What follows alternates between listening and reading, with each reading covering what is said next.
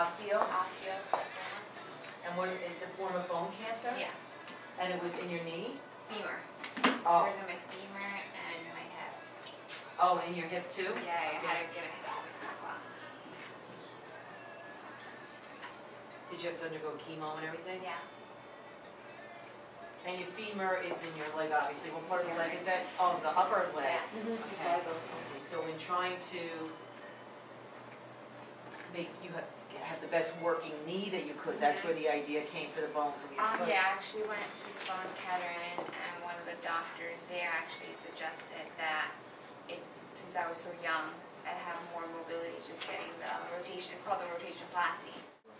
All right, Tom, can you explain what was done there to Jessica? Okay, so Jessica had a situation where she had cancer in the left knee, and actually in the femur. Well, let's start that again, because it was, say that again. What happened with her? Jessica was suffering from cancer in the left femur, just above the knee. So they realized, the surgeons realized that that area of the body had to be removed. They wanted to save her life. But they didn't want to make her a transfemoral or above knee amputee because that's very limiting as far as function is concerned. So the surgeons were very creative because the foot was still in good condition. So they did what they call a tibial rotationplasty, where Now he's got they a sample take of the the foot. Say that again?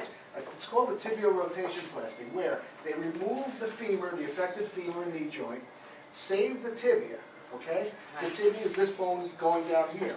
They save that bone. Now you've got a foot with a bone attached to it. They rotate it 180 degrees, that's why it's called rotationplasty, and attach that to the femur, where now the foot now becomes her new knee. And if you look at the shape of this, she's actually like a ballerina. If you notice, that's the heel. She actually carries weight on her heel like a ballerina So does. can you put that closer again? If you want to stand up for a second and turn to the face the hot dog, you'll see. So if you can imagine, that foot is backwards, and she's actually resting her weight on the heel. On the heel, but it's That's now right. her knee. That's right, because this axis is the same level as her knee joint on the other side. So now what they've done is take a potentially devastating situation and turn it into a very easy one, because transtibial amputees function much better than transfemorals. Okay. The example is this: 98 to 99 out of 100 transtibial amputees are successful with prosthesis every day. When you talk about transfemoral or above the knee amputees, it goes down to less than 40%. So if she takes off the prosthesis, I'll be able to see what happens. Sure. So she's going to do that now because you're going to adjust it anyway. Okay. We're going to put a quick cover on. All right, let me just get this out. Now that's got a lock and a liner. This is what holds the prosthesis on. There's actually a lock. Give me the prosthesis. There's actually a lock built into the prosthesis that locks the leg onto her body, so it won't come off until she depresses the button. All right, so tell Now me you what can we roll have liner here. off. Are you going to Roll take the liner liner off? Yeah. This is a gel liner that's worn to protect the skin from pressure and abrasion. And it's actually like a urethane gel. Now you'll see what you got. You have a foot that's upside down. And that's her new knee. That's her new knee. Now you get it. See the angle? That's Move it up and amazing, down. isn't it? And that makes her able to function very, very well. So they took the foot and the tibia? That's it. They just turned it 180 degrees. So that's her good leg from... So her ankle is in the same level as her anatomical knee joint. And then this is from... That's saved. Right, you can actually see the difference in size. The thigh is actually a little larger up in here. That's her calf, actually. So the plantar flex is actually becoming... So can you pull your thing back again so we see a wider shot? Just I didn't know what you got. See, this is the calf. That's her, what's left of her calf. That's her calf. It's now serving as a thigh. As a quadricep muscle. That's right. Yeah. That's right. I've never seen that before. Very interesting. Yeah, that's pretty impressive. Cool. Yeah. And it's one of these situations We where... got enough close-ups of it, yeah. And she was Like showing how it flexes. Do we have a close-up of the... I can just get it tight. I'll tell you what. If you can get it Go up and tight. down. So Tom, really the plantar flex has become the knee extension. Do it again. That's right. So that's your new knee. Mm-hmm. And show the position that's in when you're walking. See? So she's bearing the weight right on the heel. And the toes actually hang in the device because you don't want the toes under pressure. Okay. So the nice thing about it too is this is a great weight-bearing surface. Mm-hmm. Okay. That's great. Okay. Good. I didn't know what I was going to see. Oh, yeah. That's remarkable. That's what you have to I understand. didn't realize. I'm like, what did they rebuild? People No, they didn't. They talk about basically it. just took it and moved it up, Exactly. right? Bring your prosthesis. Like know what? you It didn't have actually- to have your foot like the skin change or No, anything. no, it's, Yeah. and it's beautiful. It's her body, so she's Yeah. actually accepts the transplant very nicely. Right. I'm just worried like about any from a other fit, school. how visually it's gonna look like, just if we keep it There's- tight. Yeah, there's, I mean, No, I it's mean just for a the walk. since this is sort of for a special show, I'm just saying, you know, like.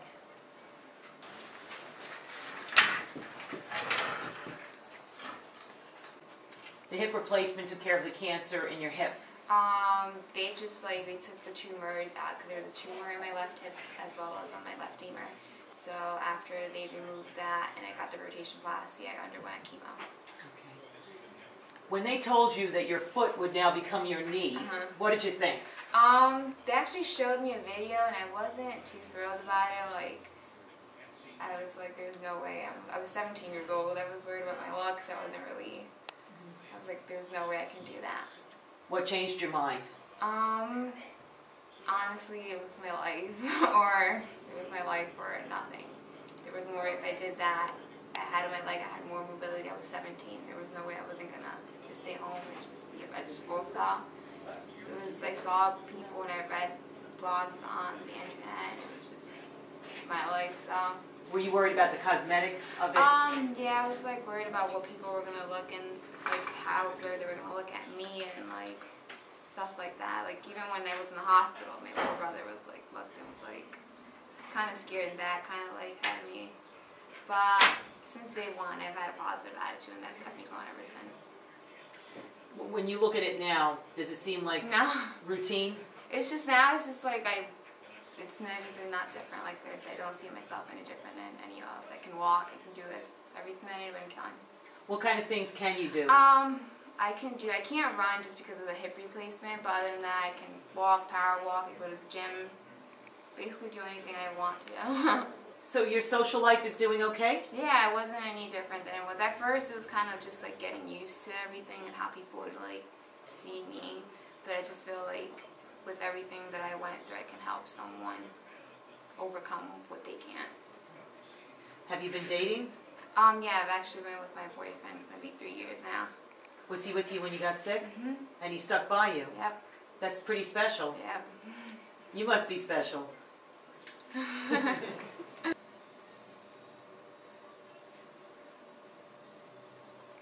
You came here because the other leg hurt? It was hurting. It was painful. The way, even like, and that one was covered. It didn't look like the one that I had before. It was covered and it looked like an actual leg, and I wouldn't even wear like shorts with that. And even with that, it's not being covered and not looking like a leg. I wear shorts, I wear skirts, dresses, and even if people look at me, it's just like, move on. What's good about this leg?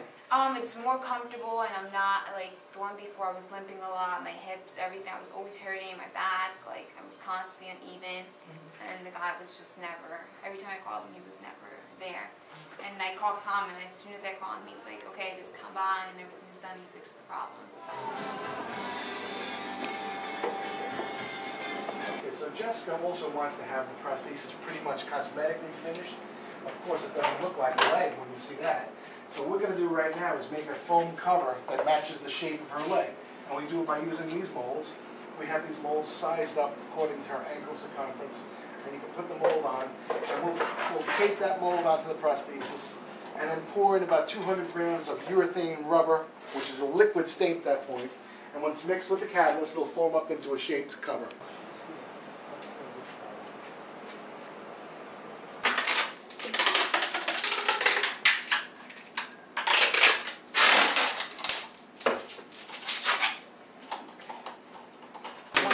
Where's the foam? Is it going to be the color of the skin tone? Or you put that on? It's a skin tone. And then what the process is such that first the foam cover is applied, and then after the cover is cured, then we take the skin on to match the color of the skin.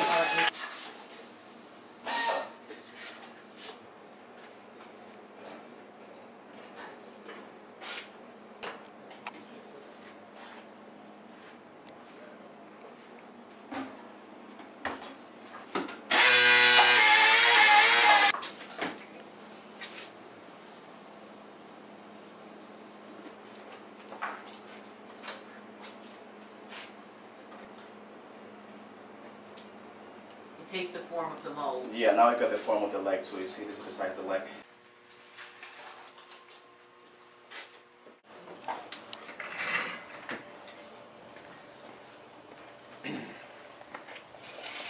So that's the insert, which is another cushion.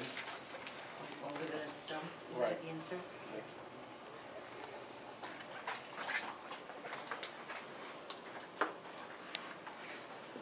And now you'll hear it click in. You hear those clicks?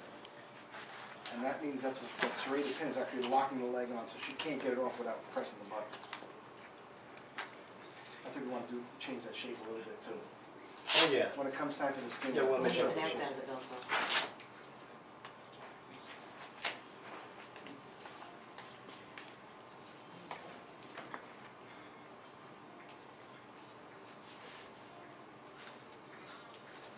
You like the shape of this better? Yeah. Well, I didn't mind the other one.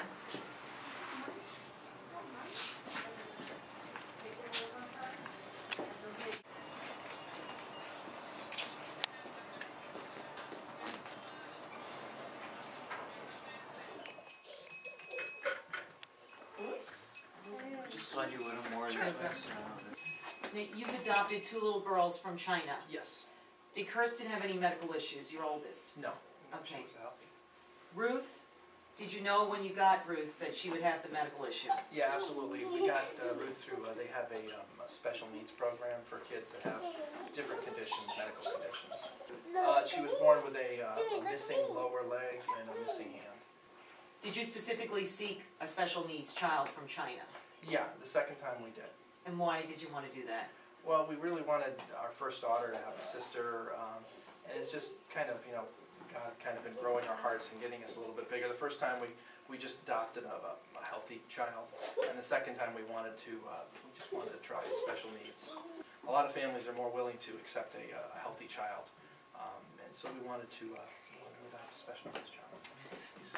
So, was Ortho Remedy the first place you came to get the prosthetic leg? No, we went to a doctor and another company, and what really, it just was going to take a long time. For the other company, it was going to take over a month for them to do the leg start to finish. A lot of, you know, week after week of visits, whereas Ortho Remedy was willing to do it a whole week. They basically dedicated a whole week just to her, and just start to finish, Monday to Friday. They did pretty much nothing but build her leg, adjust it, and get her walking.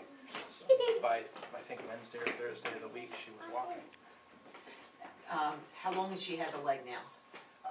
About a year and a half she's had it. And it's worked well? It's been very well. Well, she's really taken to it. She can pretty much keep up with all the other kids. She pushes to do what other kids can do. She can do playground equipment. She can do pretty much anything you can think of. She'll find a way to do it. So, Ruth, we know you're a special girl, right? And you have a special leg? Can you show me your special leg? Where is it? Can you show me it's that leg? Wow. And you can pretty much do anything. You're running around all over the place. Do you have a name for the leg? A butterfly leg. A butterfly leg? You chose the butterflies on your leg? No, that's just the way they made it. That's just the way they made it. Do you like your leg?